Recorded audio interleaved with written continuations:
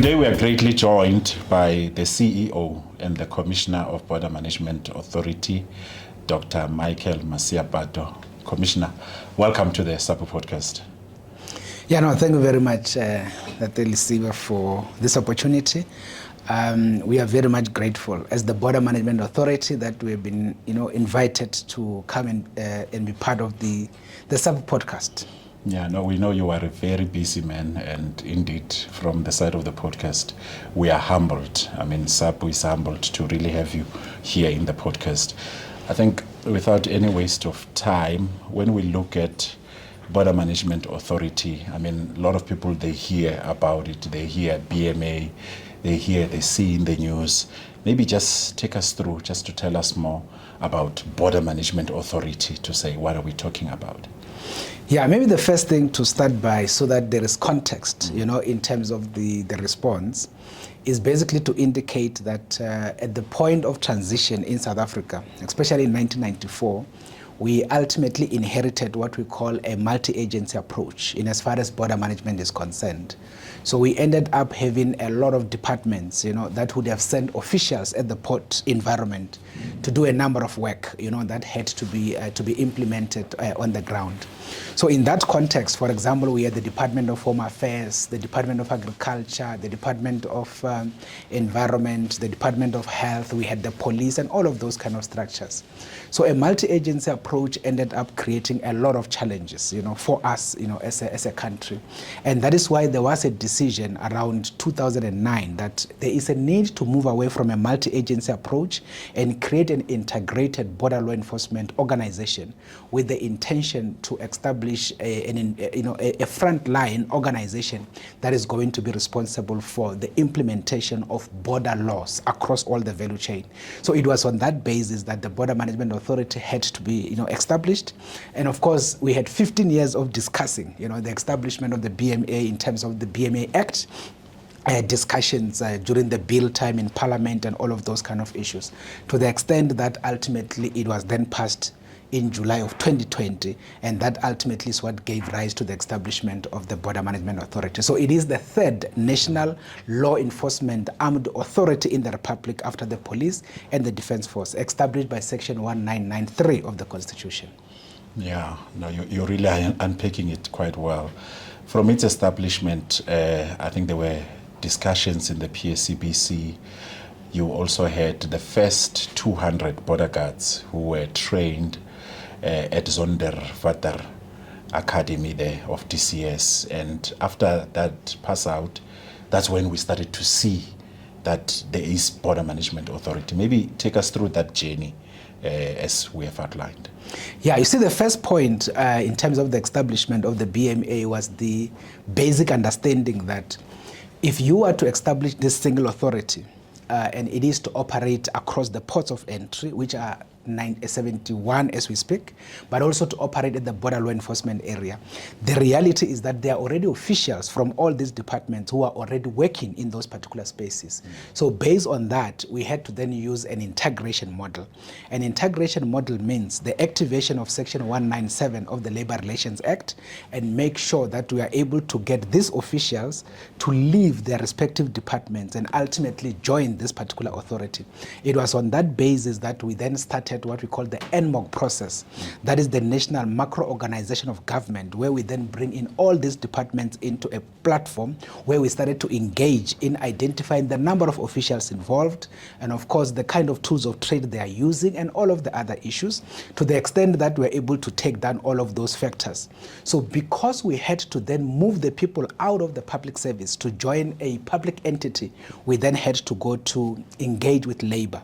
So because it was a multi-dimensional environment where there are people from immigration, people from agriculture, people from health, people from environment, we had to go into the Public Service Coordinating Bargaining Forum, actual council, which is having almost all of these various unions that are actually in that environment. It was on that basis that we started the discussions there to be able to get these officials moved. We did all of the administrative issues. We created a task team. We went to engage all the staff members, that had been affected by this across the country, and that is how we then ultimately have the integration happening. But simultaneously, we brought in the first 200 contingent of the border guard into the BMA, and those are the 200 that you referred to. We requested the Department of Correctional Services to give us a place to train them, and that is how we ended up as Zonderwater. So they came in as the first contingent of what you will call conventional law enforcers, who then came to work together with these people who we call specialized officials, because they are doing specialized functions in terms of immigration, work, agriculture, biosecurity, environmental biosecurity, together with port health responsibility. That is the journey that we had actually taken, and that is ultimately what gave rise to us being exited out of the incubation from the Department of Home Affairs in 2023. Then there was a presidential launch. I mean, the number one of the country, President Cyril Ramaphosa, did then launch Border Management Authority at Musina. How has it been at the launch and subsequent to that?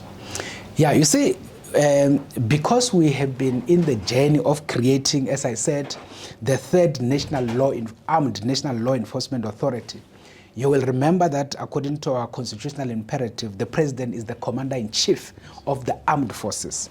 So within the context of the historical reality is that he has been the commander-in-chief of the Defense Force and all the 4 arms of service within the Defense Force, whether it's the Army, is the Navy, is the Air Force, or even the medics themselves, but also the South African National Defense Force. So he has been the commander-in-chief of those.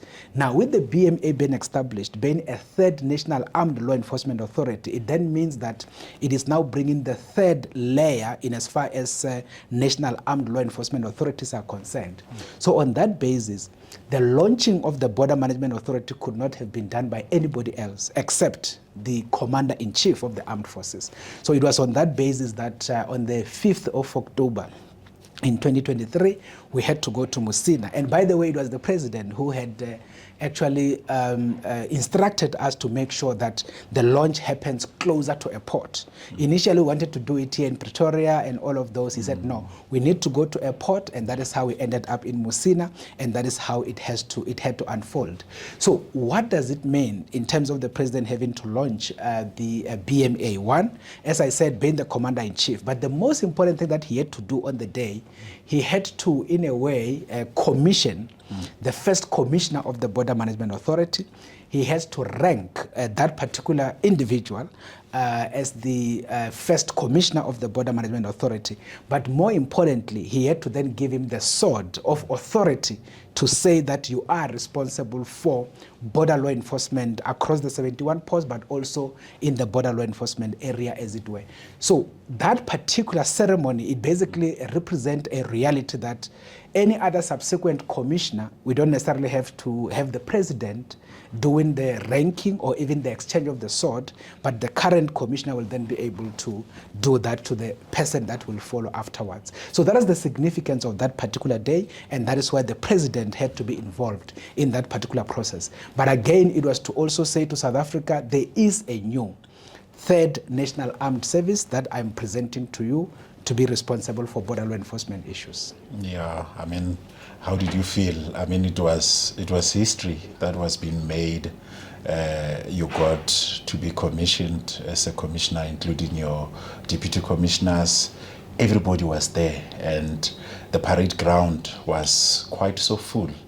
How was it for you? I mean, how did you feel about, the activities of the parade ground on that day, including the commissioning thereof and that sort as well? Yeah, that one is a very interesting question because it's a bit of a personalized one. Yeah. But let me say that I felt very much humbled to have been given an opportunity to be the first commissioner of the Border Management Authority. It is very much true that it is something that is a bit critical in terms of our history going forward. And of course, what that means is, in practical terms, there will always be some kind of, reflection on that particular day, even as we go into the future, when issues of border management will have to be referenced to indicate that the first commissioner, of this authority happened to have been Dr. Masia Pato, as it were. So that for me humbled me, and of course, even with the opportunity that has been given, to me to ultimately implement this serious responsibility. It is for that reason that I had literally put everything aside to do everything in my capacity to make sure that I get this thing right. But ultimately, I really contribute into dealing with something that is very fundamental in South Africa, the question of porous borders. Yes. But of course, we do have some challenges as we go forward. But what is more important is that I have to make sure that I don't disappoint South Africans, but also the president for having given me this opportunity to kind of serve the country in the capacity that I've been given. Maybe just to reflect as well, on that parade ground, you had the 400 new border guards who were trained at Denel at that time. Seeing that those young people on the parade ground, to us as an organization, I mean, SAPU was there at that launch. What did it really mean to you as a father? What did it really mean to you as the commissioner? You were the new commissioner now who got commissioned there. What significance did it really bring to yourself and also to the country at large, seeing those young people and all resources that were there and everyone else who was there on the parade ground? Yeah, I think the first thing that I can indicate, if you were to juxtapose the 400 you're referring to versus the 200 that we recruited in 2022, the 200 we did in 2022, we just went on a normal advert. And of course, in that context, we had people that had already been trained as law enforcers. And the reason we used that approach was because we were not having that much time. And therefore, most of the people that we brought in at that time were police officers. Some of them were military officers. Some of them came from Metro Police environment. But for the 400, I was very much explicit, even with the minister at the time, Dr. Aaron Motsoaledi, that we are no longer going to go just to a normal advert, but we go for the kids. In other words, we go for the young ones. And part of our primary objective was to also contribute, in terms of job creation. It was very much humbling after that event to meet a professor from Tshwane University of Technology who actually told me something very interesting. He said that he has been having this kind of a school within the Tshwane University of Technology where they've been training some young people there in terms of issues of policing, issues of safety and security and things like that. And they basically have diplomas, some of them have degrees. And he was telling me that because the police at some point had a slowdown in terms of recruitment, they were starting to discuss to say that actually this particular school is kind of no longer necessary, primarily because these kids are not absorbable in a way. They're not being absorbed in the market. And on that basis, they were intending to close that particular school. But when the BMA made the advertisement for the 400, I was not aware of it, by the way. I was just told by him after the event. He then told me that almost 80% or so of the people that got absorbed into the BMA, some of them actually came from the same school. And on that basis, the Senate there took a decision that no, we have to actually allow the school to continue, because at least there's now a platform, for those kids to be absorbed in. And by the way, even the police, when they reactivated now the recruitment of 10,000 and all of that, it also opened that up for him and all of that. So I'm just saying that what made me very much proud was the contribution that BMA had made, especially in the bringing on board some of the young people of our country, which we know they are very much unemployed, but of course we brought them on board.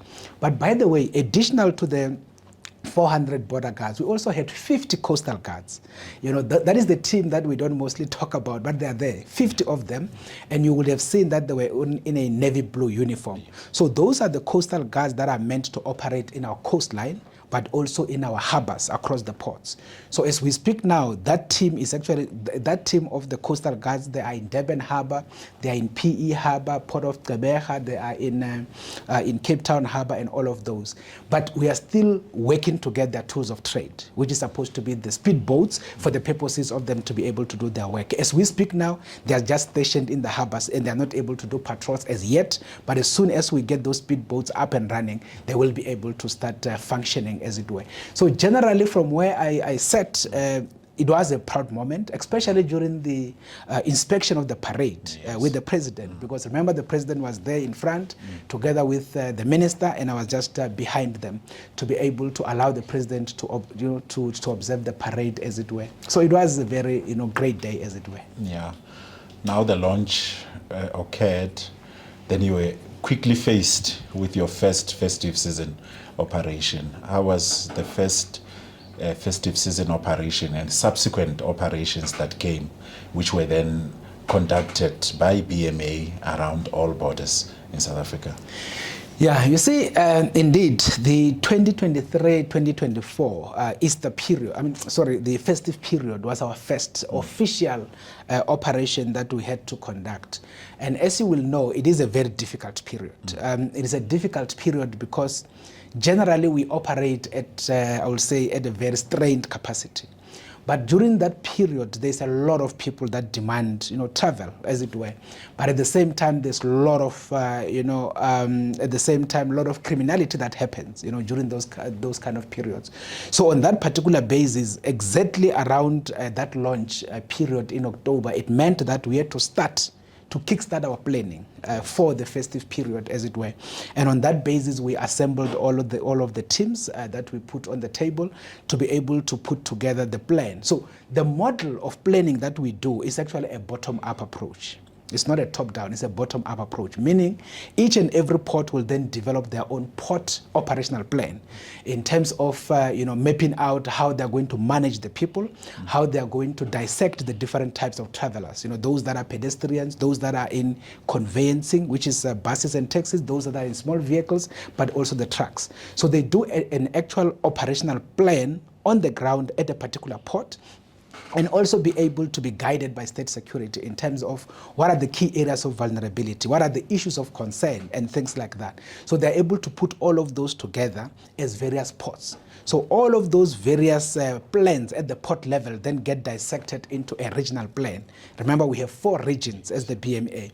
So out of a regional plan, then we take those regional plans, we then create a national operational plan that we are going to oversee at the national level, but of course implemented at the regional level, led by the regional commanders, and ultimately on the ground led by the port commanders. So indeed we did the plan, and then we had to go to the ground and make sure that we actually implement the plan. It was very much interesting, Lesiba, because we actually did something very fundamental. And that is why South Africans, especially the people that are involved in these activities, will be able to demonstrate the difference. One of the first things that we did, we made sure that we had conscious conversation with local traffic officers. We had a great partnership with the Road Traffic Management Corporation, which is national. We had a great relationship with the Cross-Border Road Transport Agency, but we also forced the relation with the South African Police Service. And that was purely for what we call corridor management, especially during the exit leg. You will remember in many instances before we came on board, there will be chaos on the corridor. Cars will be on each other. Sometimes even the entry routes and the exit route at the port will be blocked by traffic and all of that. So we had to make sure that we do perfect what we call corridor management. And we did that. And when we did that, we dissected the various categories of vehicles and all of those kind of issues. And on that basis, it just became a smooth riding. The travelers themselves, I remember I was in Beitbridge at some point and people were saying, but what's happening? Why there is now this different order now at the port, And some of these things are also captured in the general media out there if you go to YouTube, just to check the feedback that people were starting to give.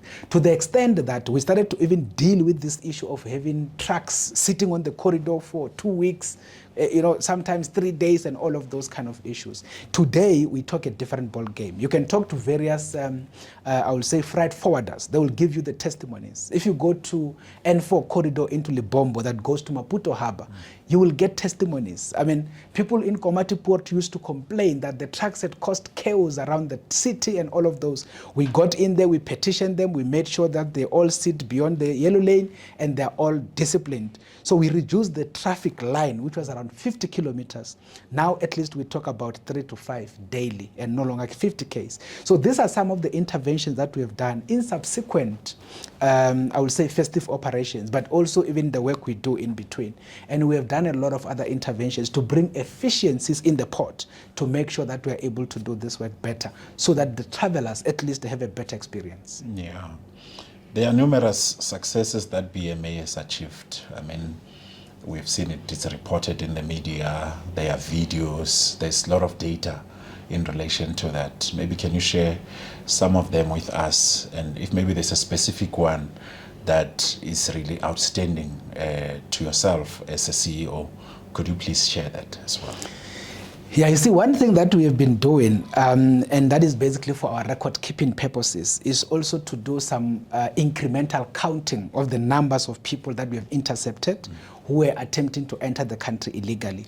So in the last check, which was in in April just this year when we were doing the Easter operations, which is 2025, we're sitting at around 468,000 people that we've been able to intercept and get them actually taken back to their country because they were trying to enter the country illegally. So that is an incremental figure. So we basically track that incremental figure. But in terms of various periods, there are various numbers that we are actually referencing in as far as the interceptions is concerned. So I will say, if you are to think broadly about the biggest problem that South Africans always talk about is the issue of illegal migration. So it is for that reason that I cite that as one of those that has been very much critical.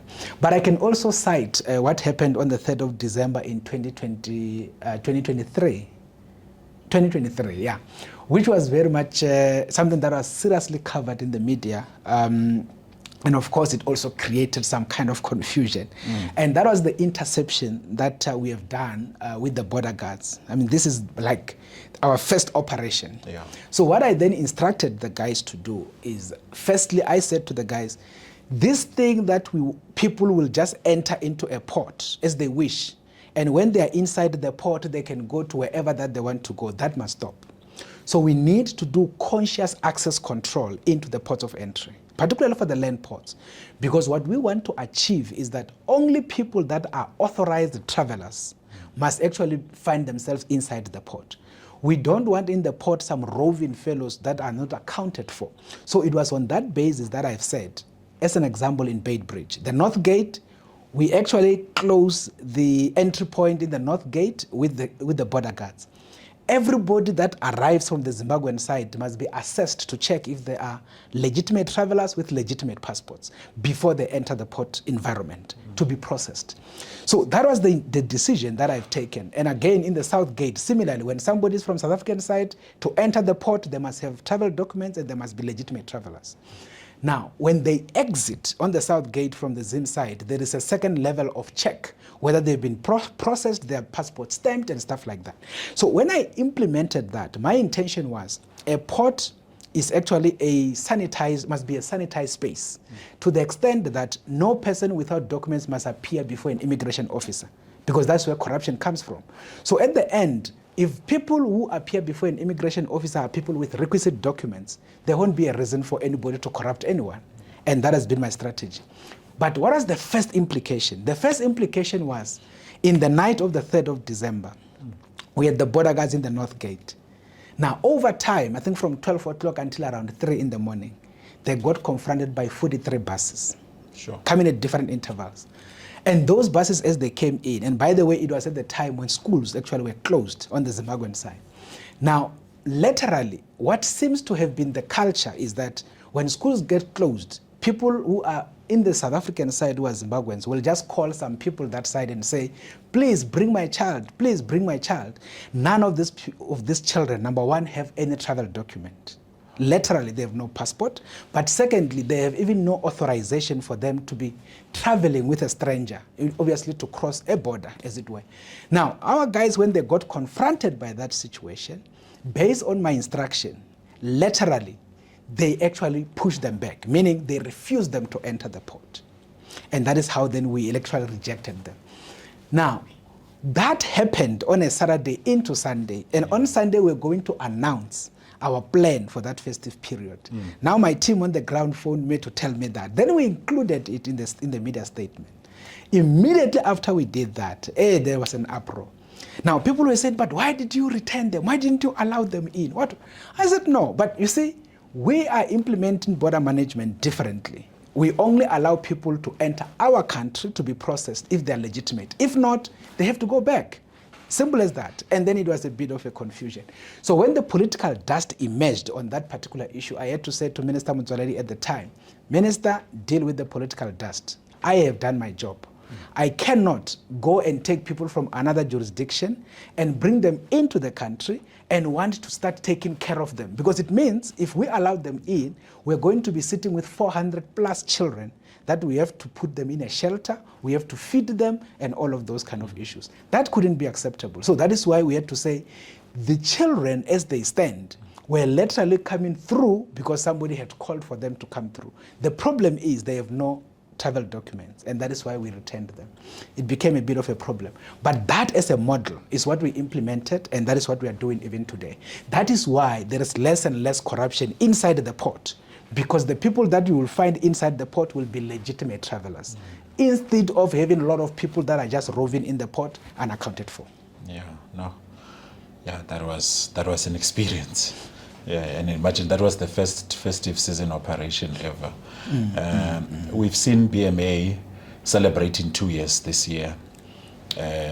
What are any achievement that the entity has achieved over that period, having celebrated 2 years?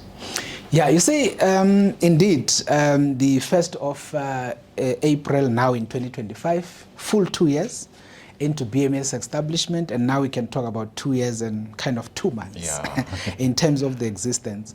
But in terms of talking about just the success, let me start by the success in the context of establishing the organization. It has been very difficult. As labor, as a member in the labor space yourself, you know how tough it has been. And I think the biggest tough part is the fact that we have not necessarily fully capacitated the back office of the BMA, you know, when we started the journey. And one of the reasons why that did not happen is because when we did the integration, we just focused on the officials who work at the ports, and we got them to be moved, you know, in other words, to move into the BMA. But at the same time, the people that were supporting those people sitting in national head office did not necessarily got affected. In other words, they did not move to the BMA. So we established BMA with a focus of the front end without much of the back office. And that is what hit us. So what we had to do very fast was to make sure that we move into automation, just on the basis of stabilizing the organization. And I can give you typical examples on that. For example, when people were working in the departments, if they have to take leave, they had to complete a leave form in a port somewhere.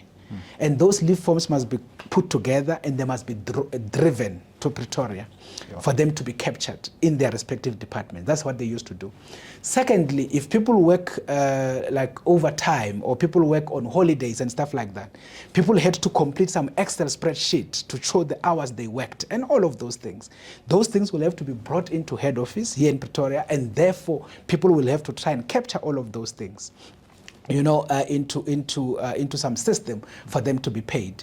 And I can go on and on. Leave forms, I mean, not leave forms, the pay slips. People will have to print pay slips here and get the pay slips distributed or driven down to the ports to go give the people. So one of the first things that I said we needed to do to be able to deal with the back office challenges and realities was to automate.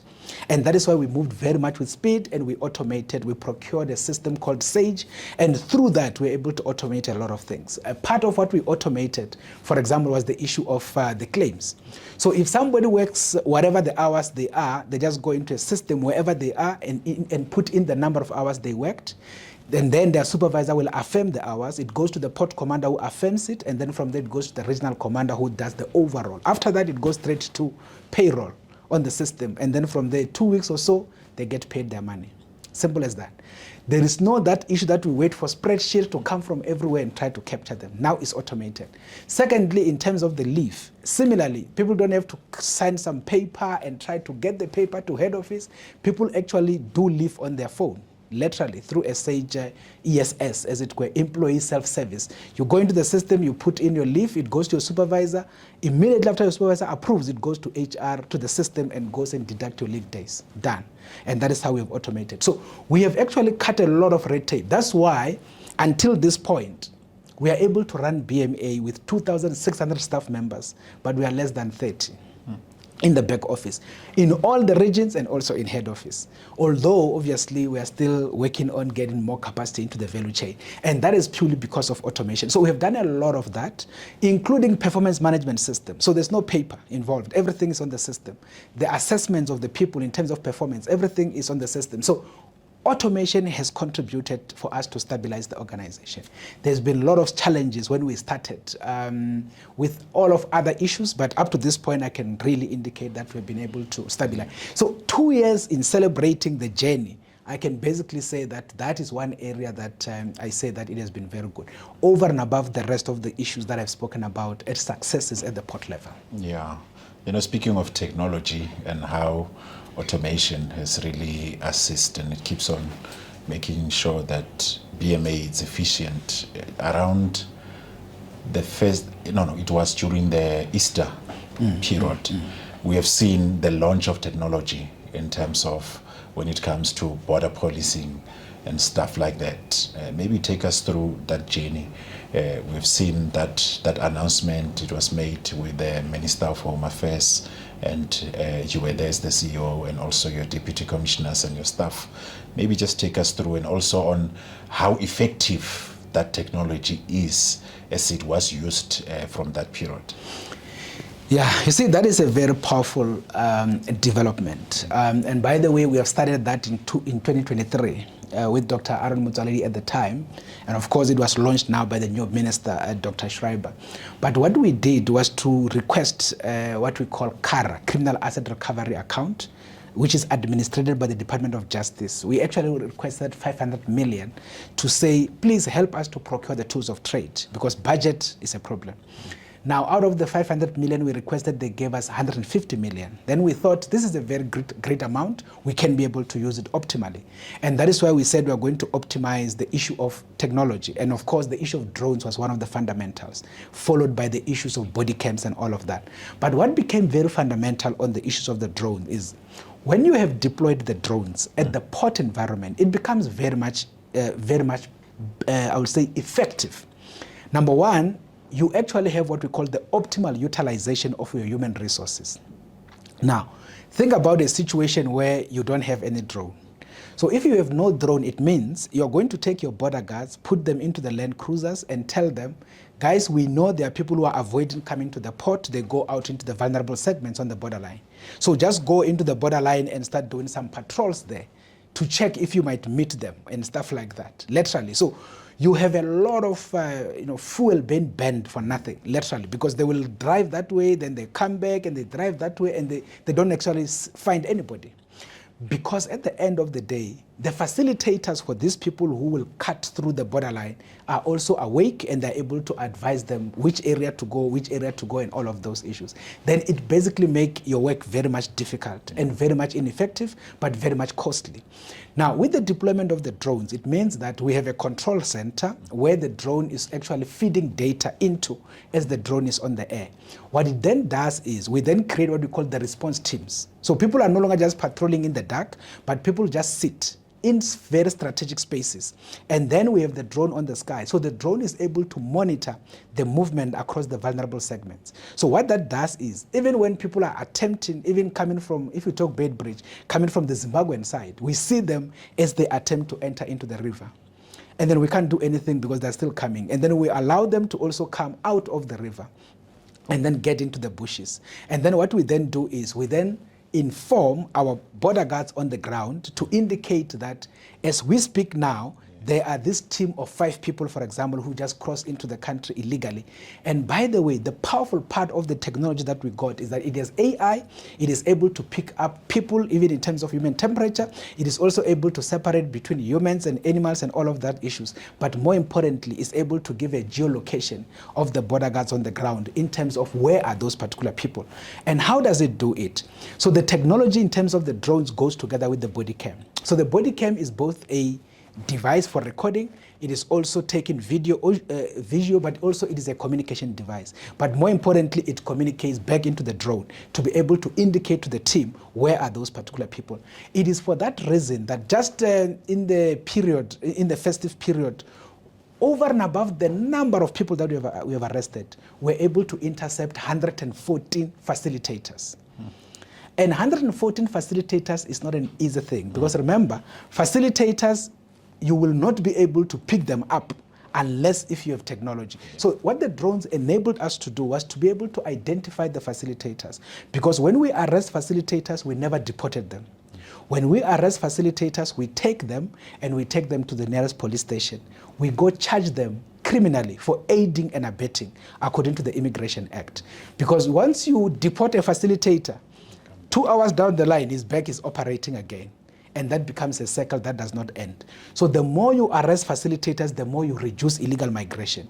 Because people don't go into the bushes by themselves, they get facilitated. So we were able to identify a facilitator who then moves in front of the people, show them the way, and follow that person through the drone until we get them arrested directly.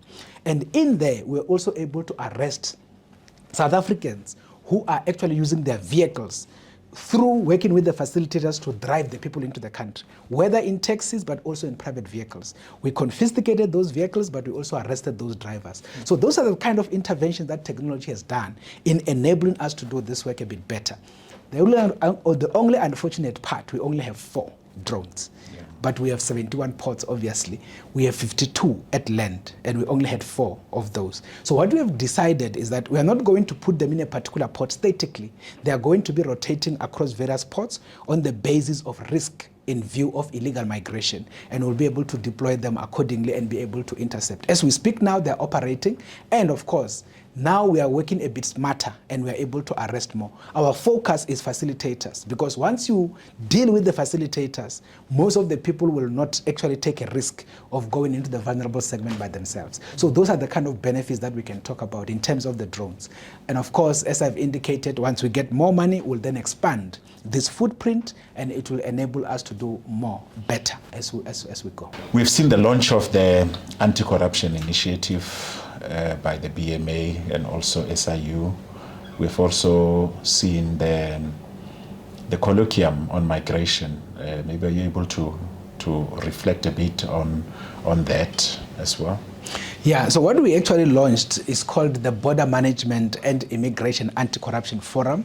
It is part of the work of the Special Investigating Unit that deals with issues of corruption. So the reason why we requested them to partner with us in this value chain is to be able to deal with the scourge of corruption, especially at the port. But we are more focused on an area that you will call issues of proactiveness. There has been a lot of reactiveness in terms of corruption, as it were, arresting people and all of that.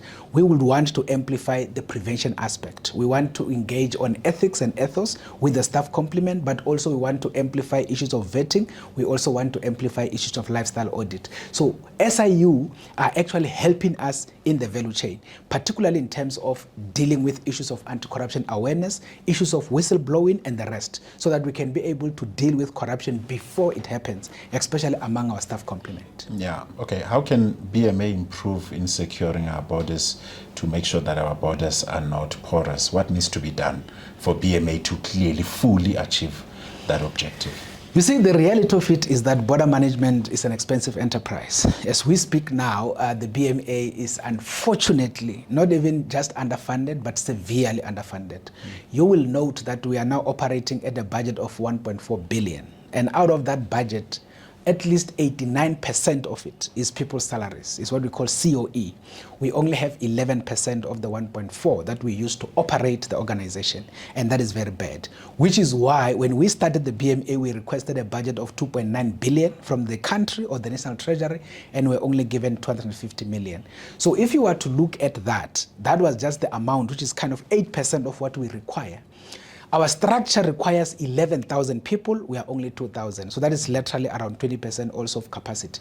What do we need? The only thing we need is money. If we get money, we'll do a lot of issues. We are saying you give us money, then we'll bring more human resources, but also we'll bring more critical tools of trade, including technology. But we are also going to ramp up on our ICT requirements. If you can put all of these things together, we should be able to deal with this thing in no time, especially in the 21st century with high levels of technology that is existing. We just need money to be able to do so. Unfortunately, as we speak, there is no any traction in as far as financing the border management work is concerned. But we hope that those that hold the purse at some point will be able to change their mind. Okay, I mean, BMA, it has workers whom, as we are seated in this podcast, some of them are at the different borders, they are working, and some of them maybe they are off, but they are all dedicated to work at our different borders. Maybe lastly, what is your message to them as the CEO and the Commissioner, to all workers who are working under Border Management Authority? Yeah, the first thing to indicate is that we really appreciate the great work that our colleagues continue to do, especially out there in the, secluded areas. Some areas not even having their networks and all of those kind of issues, working under very difficult situations, as it were.